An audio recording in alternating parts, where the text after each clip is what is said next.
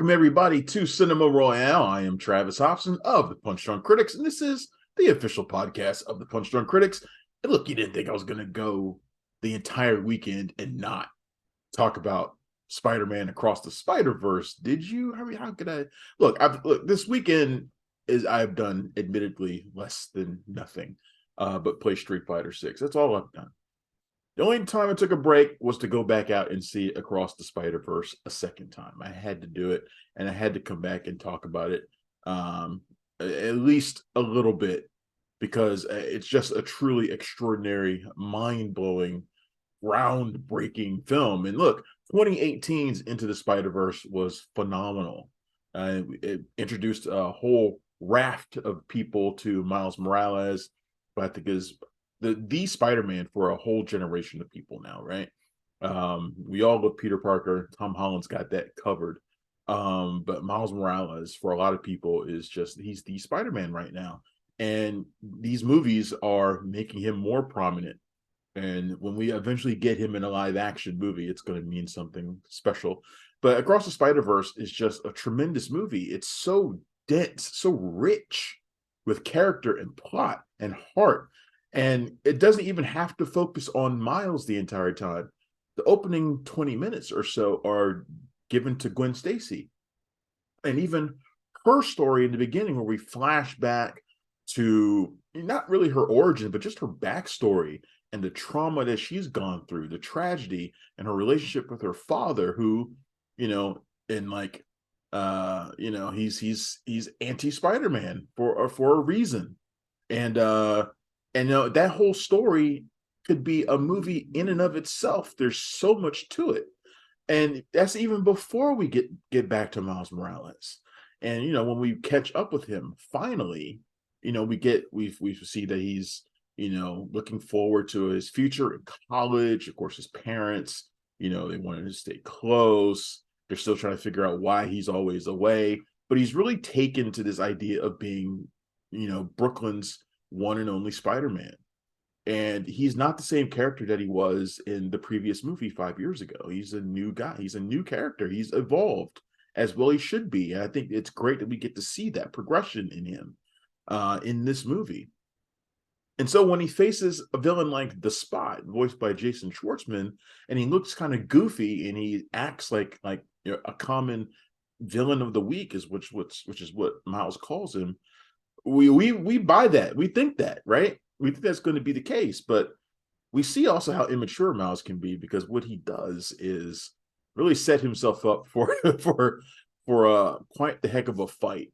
And of course, he also has to learn there are repercussions to past actions, which I think is the big lesson that he learns in this movie. There are repercussions to things that he's done as a superhero, which is one of those lessons that every Spider-Man has to learn. And what this movie does is it strikes at the core of everything Spider-Man was ever meant to be. We all know the catchphrase, right? With great power comes great responsibility. But what does that actually mean? What does it mean when spread across different cultures? What does it mean when spread across different genders? What does it mean when spread across different universes? And what does it mean when that phrase is turned back against you? There are consequences to that, and every Spider-Man has had to deal with it. Every Spider-Man has a death in their past that motivates them. Every Spider-Man has it, and how they all deal with it is part of what makes them Spider-Man. And we get literally hundreds of different Spider-Men in this movie, and honestly, they're all pretty damn cool.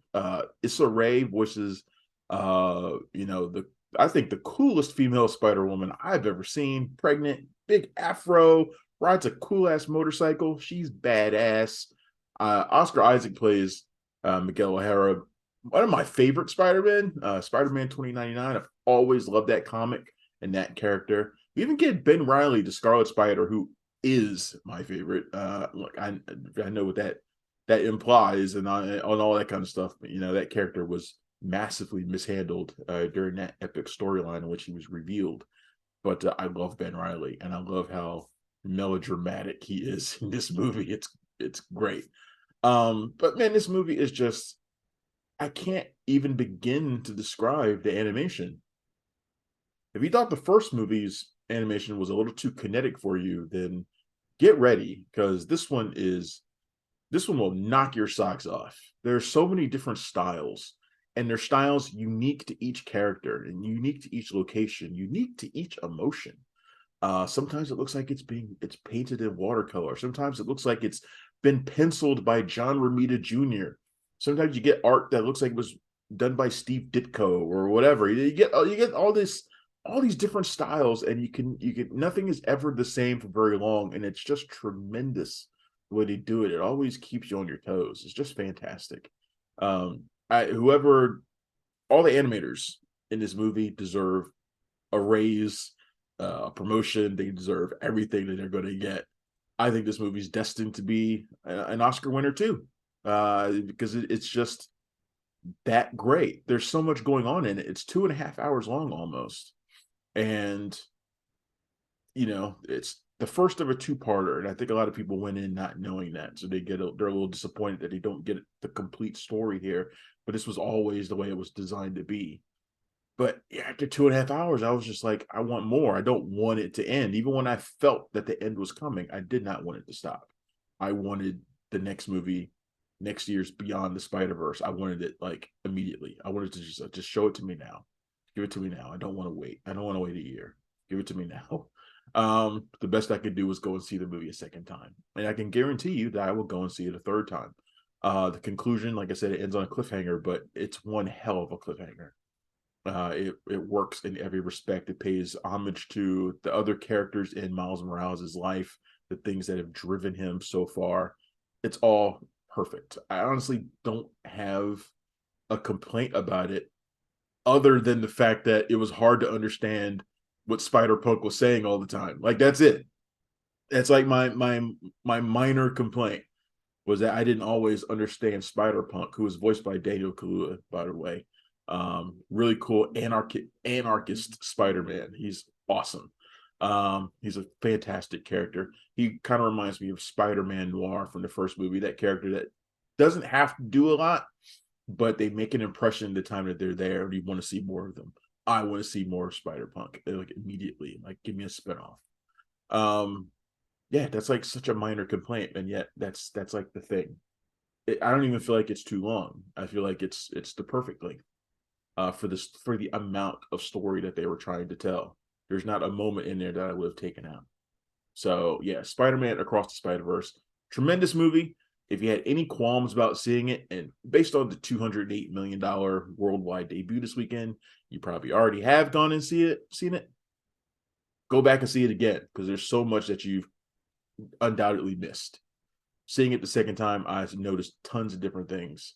And I know if I see it a third time, there'll be even more. So, Spider-Man Across the Spider-Verse, I cannot recommend it enough. It's in theaters and now. You should go and check it out. All right, I'm Travis Hobson. This has been Cinema Royale. You can find me every day at punchdrunkcritics.com. If you live here in DC, you can find me on WETA Around Town Best Bets, and on Fridays on Channel 7 News DC at about 12:45 every Friday, doing movie reviews.